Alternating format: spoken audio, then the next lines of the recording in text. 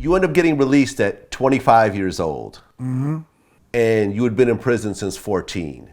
So you never went to the prom. You never got to experience high school, really, like all this stuff, or even your early 20s, like everything was put on hold. So suddenly you're back into this world that you don't remember since you were a kid. Like what was the hardest part of getting adjusted to what the the world looked like at this point? I guess like for me, I guess one of the first things that struck me is it just seemed like everything was moving a lot faster, like cars and stuff like that. I remember the first street that I crossed, and it just seemed like the damn cars was moving so fast. The car might be a block away. I gotta wait till that baby passed me because that guy was going fast, man. And I didn't really have an adjustment issue because I jumped straight into the music. Like I say, the Apollo thing was right around the corner, so I went straight to New York, and from that day, I've been doing music. I didn't really have time to, think about adjusting or something like that, Okay, so you go straight from prison to New York to go perform at the Apollo. Right. And by this time, you'd been, like, how many years have you been performing in front of, like, the prison crowds at this point, by the time you hit the Apollo? That's a good question. She come from Lima. Probably like about 6 years by then. Wow. Yeah. So you were, okay, yeah, because it didn't seem like when I saw you that day that this looked like a brand new artist who's just been, who just picked up a guitar one day. And they actually booed me on the Apollo. So your first show got booed? Yeah, well, when I first came out, I forgot to rub the log. So they start booing me for not rubbing the log. Okay. How'd that make you feel? I mean, here's your big chance and you're getting booed already. I was like, damn, don't let it go down like this. Like, give me a shot, man, Okay. So then what happened once you start performing? I mean, they went crazy, man. It's a funny story connected to that, too, because, obviously all the staff had knew that I had just got out of prison. So, I went on and I won the first show. So it was a lady there, and the lady was like, Lyfe, we appreciate you coming down here. You got a great start. You just got out of prison and everything. Just make sure you keep on moving forward. But don't be so concerned about winning tonight, even though you won one, because it's this guy named Todd here, and Todd is just a great singer. So I went on the second time, won the second time.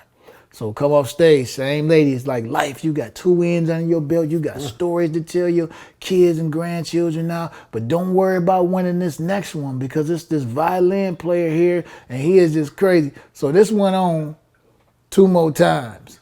And then on the 5th time that I went on there to perform, I heard her in the corner talking to this young lady, and she was like, you doing great. And, just keep on doing your thing, but don't worry about winning because it's this guy named Lyfe here tonight. So she was doing this to everybody. Yeah, she was doing this to everybody, I guess, man. I mean, was this motivation or hating? Like, I can't really tell. I don't know. I didn't think of it any kind of way. I was so focused. It was so crazy because the whole room was around me. They was trying to, because I didn't even know what songs that I was going to do for the Apollo.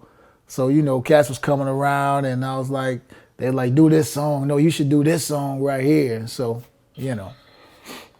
Okay. So you end up winning the Apollo 5 times? Yeah, 5 times. Okay. Is that the limit? Did they cut it off after 5? Actually, the limit is 4 times. But they actually paid me to come on the 5th time. It was just like that the crowd wants you to perform. Can we pay you to do it one more time? I was like, yeah. I ain't had no bread then. They gave me like a little $400. I was like, yeah, I'll take it. Okay. Now, I'd heard that you pressed up a bunch of CDs that you started selling during this time? Yeah, after I won the Apollo, I pressed up a lot of CDs and went out and just sat at gas stations and car washes. And everybody else at that time was selling their CDs for, $5 and $10. But I figured it was more important for me for people to hear it. So it cost me $1 to make the CD. So I used to just sell them for $1 just so I could go and press more and be able to just basically be giving them to people without going in the hole, you know? Nice, nice. So you got rid of all 1,000 CDs? Probably a little bit more than 1,000 CDs. You know, that's platinum in the hood. You sell 1,000 CDs, that's platinum. Right, absolutely. So you win. Well, you win 4 times at the Apollo. You perform 5 times. You start slanging CDs for $1. What happens to get you signed to Columbia Records? Let me see. It was this guy. What was his name? I'm sorry, I forget this guy's name. I'm usually better at remembering this stuff. But he actually had got invited to hear me perform. So he came and he was like, Sony is looking, you know, for talent or whatever. I know the president up there, so I want to take you up to perform for him. So I went with him, Yogi. The guy name is Yogi. So he took me up to a guy named Dave McPherson, which was the VP at that time. I performed for Dave, and Dave took me to the president, which is Donnie Einer. And so I did 2 songs for Donnie Einer, and Donnie Einer was like, stop, just stop. And I'm thinking like, oh Lord, like what happened? And Donnie was like, sign him. And they was like, sign him right now? They was like, go get the paperwork and sign him right now. And I got signed right there. So you had no lawyer or nothing else like that? Yeah, at that time I had no lawyer, I had no manager or anything like that. So I had to go find somebody. Luckily I found this young lady named Jennifer Justice, who's, you know, she Jay-Z attorney. She really just did me a favor, like took me on, and she did the deal for me. And actually, okay, nobody wanted to offer me a deal, but as soon as Sony offered me a deal, then I got like 4 more offers.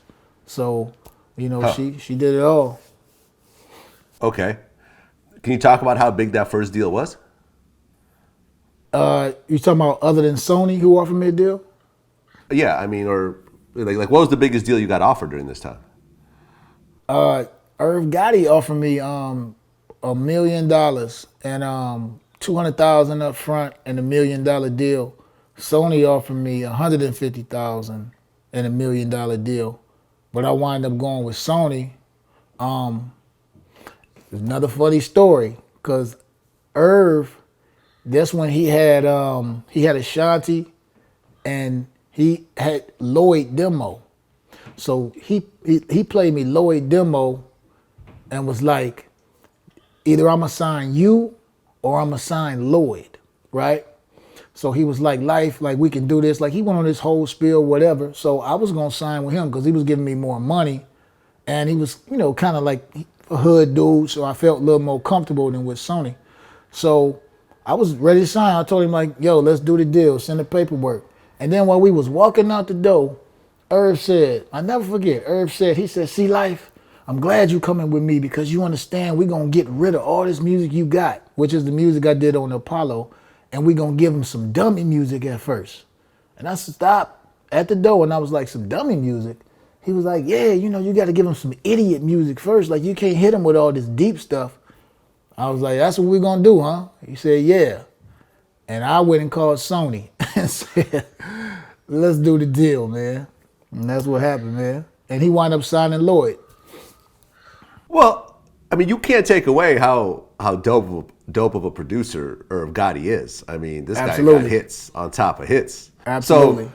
So it's not like he don't know what he's doing. I mean, I'm sort of wondering what his mindset was on that. For me, I wanted to, I just felt like I was best talking about my struggle. Like that idiot stuff, I mean, that has its place and all that stuff is cool. But for me, I had just went through this. And so for me not to be able to tell my story, to me, it was almost like that's saying it never happened. And I just wasn't going to allow that to happen. So, you know. Okay, so you signed to Sony for $1 million deal, 150,000, which I'm sure was the most money you've ever seen at any point in your life at that point. Yeah. Yeah. I mean, how did it feel to say, yo, I just signed $1 million deal fresh out of prison? Hey, man, I was so worried about that check. I was like, something must have happened. Like, he said the check was coming this day. I was just nervous, like maybe they changed their mind or whatever. It was trying, man. But when I got it though, I was like, yeah, man, we here now, you know? Oh, okay. So you cashed your check. So you cashed the check for 150,000, pretty much. Well, no, you know, I got to break it up between the Right, lawyers yeah. and everybody, management, Okay. lawyers, and all that stuff. And I think after I broke it up, I think I had about, I want to say I had like 90 or 85,000 left, you know? Okay. So a nice amount to get you by, but you're not rich by any Nah. stretch of the imagination. Nah. Okay. So then you go, well, you had part of the album already done, right? Yeah, actually they pretty much used my demo, the demo that I gave them. They put me with a producer named Romario Weber, which actually is my guy. Everywhere you see me, you're gonna see him. He on the road with me. And they pretty much just used the demo that we did for the album. So did you re-record the demo, or did they actually want the raw feeling of the original demo? That's what they wanted. Man, we recorded that joint in his closet, almost the whole album in his closet.